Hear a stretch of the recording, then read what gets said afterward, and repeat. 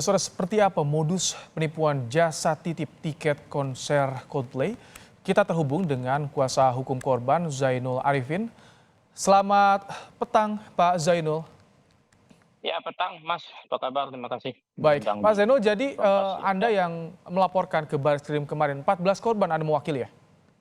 Iya, kita mendapat kuasa 14 orang dari korban ini. Iya. Itu dengan satu pelaku atau beberapa pelaku, beberapa akun Pak Zainul? Ya, ada 5 orang pelaku ya yang kita laporkan dan beberapa akun. Namun barangkali itu satu sindikat yang sama. Tapi belum tentu 5 orang itu sudah kita sampaikan ke kawan-kawan Barreskrim. Ya, mudah-mudahan nanti diproses tindak lanjutnya ya. Oke. Itu modusnya seperti apa Pak Zainul? Pelaku dengan Ya, korban? informasi yang kita dapatkan dari beberapa korban yang menyampaikan kronologis kemarin, bahwasannya memang mereka ini gagal mengikuti war tiket itu, kemudian mereka mencari alternatif lain, salah satunya adalah melalui media sosial. Nah, dari media sosial itu ya modusnya ialah mereka menawarkan harga tiket yang lebih murah, ada yang lebih tinggi. Kemudian para korban karena dia ngefans, mau nggak mau dia membeli harga tiket itu. Setelah uang ditransfer, ternyata tidak ada tiketnya sehingga nomor handphonenya diblok sehingga mereka tidak bisa lagi berkomunikasi. Nah, itu mengindikasikan bahwa sudah jelas itu penipuan sehingga mereka melakukan pengaduan ke Barreskrim Polri ya. Itu kenapa korban sampai yakin? Apakah sebelumnya ada yang merekomendasikan kendati memang muncul di media sosial atau bagaimana Pak Zainul? Ya, memang beberapa kali kita sampaikan ke korban kenapa begitu yakin sehingga percaya diri kemudian menyampaikan atau mengirim uang tersebut ke beberapa nomor akun bank itu. Ya, alasan mereka salah satunya adalah pertama keinginan, ketertarikan dan ngefans terhadap grup band Coldplay ini.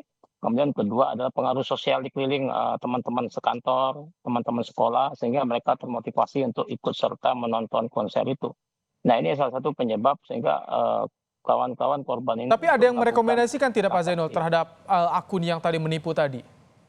Rekomendasi tidak ada, mereka sendiri yang mencari di media sosial itu karena ketertarikan sehingga mereka mencari di WhatsApp grup, kemudian di Telegram, kemudian di ada Instagram, kemudian di Twitter sehingga menemukan akun itu sehingga terjadi komunikasi, kemudian pindah komunikasi ke WhatsApp, kemudian setelah itu baru terjadi transaksi itu. Ini kan just tip ya berarti Pak Zainul, artinya dibantu untuk mencarikan tiket seperti itu? Ya, ini kurang lebih seperti just tip, tapi just tip itu kan ada dua, ada yang legal dan ada yang legal ya. Mungkin yang legal ada diatur di dalam perjanjian dengan promotor, yang ilegal ini yang sengaja melakukan modus penipuan ini. Oke. Nah, lagi-lagi memang modus ini memang sering terjadi ya. Yang legal sama ilegal maka memang perlu untuk dipanggil ya salah satu promotor resmi penjualan tiket itu untuk dikualifikasi mana yang kualifikasi just tip yang legal, mana yang tidak. Nah, kalaupun itu tidak legal, maka harus dipertanggungjawabkan gitu. Itu yang dijanjikan kepada para korban seperti apa dan berapa jumlah yang total sudah ditransfer masing-masing korban Pak Zainul? Masing-masing korban yang kita advokasi, ini minimal yang paling kecil ada Rp800.000, yang paling tinggi ada hampir 32 juta rupiah dari beberapa tiket, tapi satu nama, kemudian ada beberapa tiket yang untuk teman-teman dan keluarganya. Nah, sampai hari ini kemarin kan ada sekitaran 14 korban yang memberi advokasi ke kita.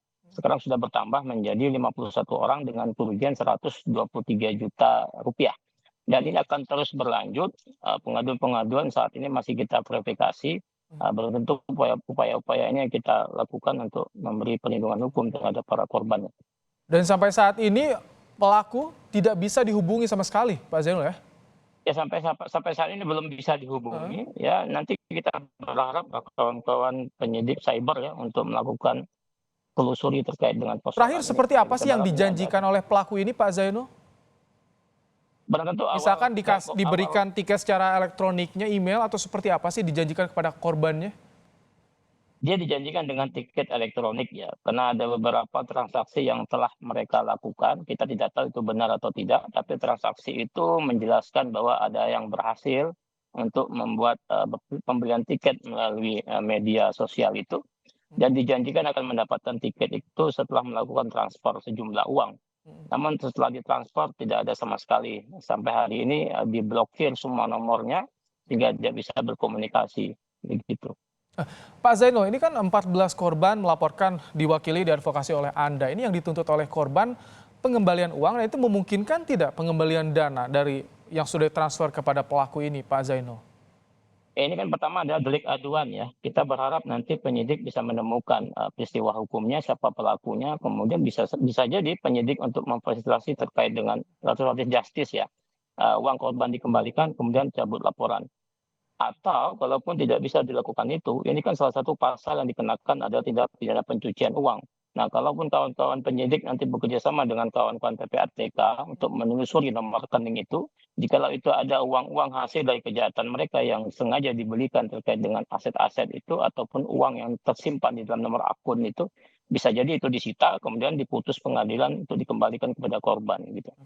Ini laporan sudah diterima, artinya memungkinkan untuk dilidik oleh polisi ya, udah Bareskrim, Pak Zainul. Ya, sangat kemungkinan besar karena ada beberapa laporan juga yang ada di Polda dan Polres. Ini barang tentu kita berharap kawan-kawan penyidik Polri untuk tarik ke Bareskrim untuk dilakukan satu proses penegakan hukum, penyelidikan, kemudian ke penyidikan sampai ke proses tahap persidangan begitu. Baik, dengan adanya kasus ini membuat kita semakin terbuka, semakin berhati-hati tentu dalam membeli tiket konser Coldplay yang saat ini masih menjadi buruan bagi sebagian orang. Walaupun sudah selesai untuk penjualan public sale-nya secara resmi. Pak Zainul Arifin, terima kasih telah menyampaikan bagaimana penanganan para korban soal penipuan jasa titip tiket Coldplay hari ini. Terima kasih Pak Zainul Arifin.